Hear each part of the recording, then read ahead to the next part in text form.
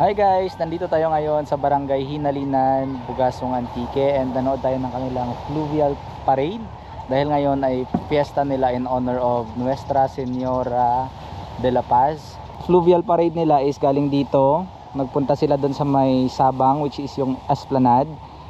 Duman sila ng Gia in between, and then bumalik dito, sinundo, and then magpaparade sila papunta daw sa may barangay. So by the way, yung barangay dyan sa unahan, Barangay Paliwan, and then ito yung Hinalinan naman.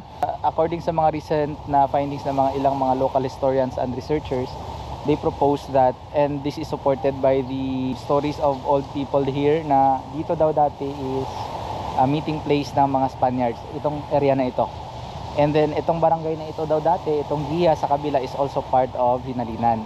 And hinalinan siya kasi, in other word, bukod sa hinalinan siya ng ilog or pinanggagalingan ng ilog, dito nagsisimula o dito nagko-connect sa dagat. The other reason is that dito daw dati ang talagang original na bayan. So hinalinan meaning dito halin, jahalin, dito nanggaling yung dating bayan ng Bugasong bago pa inilipat doon sa mismong bayan. Siguro mga nasa 3 to 4 kilometers away. Okay, so by the way, annual nilang ginagawa yung fluvial parade kasi patron yung Nuestra Señora de la Paz y Buen Viaje, or it translates to Our Lady of Peace and Good Voyage. So patron siya ng lahat ng taong bumabiyahe, particularly dito sa Hinalinan kasi this is a coastal area, and you know, maraming bumabiyahe sa dagat. So that is why ito yung kanilang ginagawa, no, to honor the patron saint.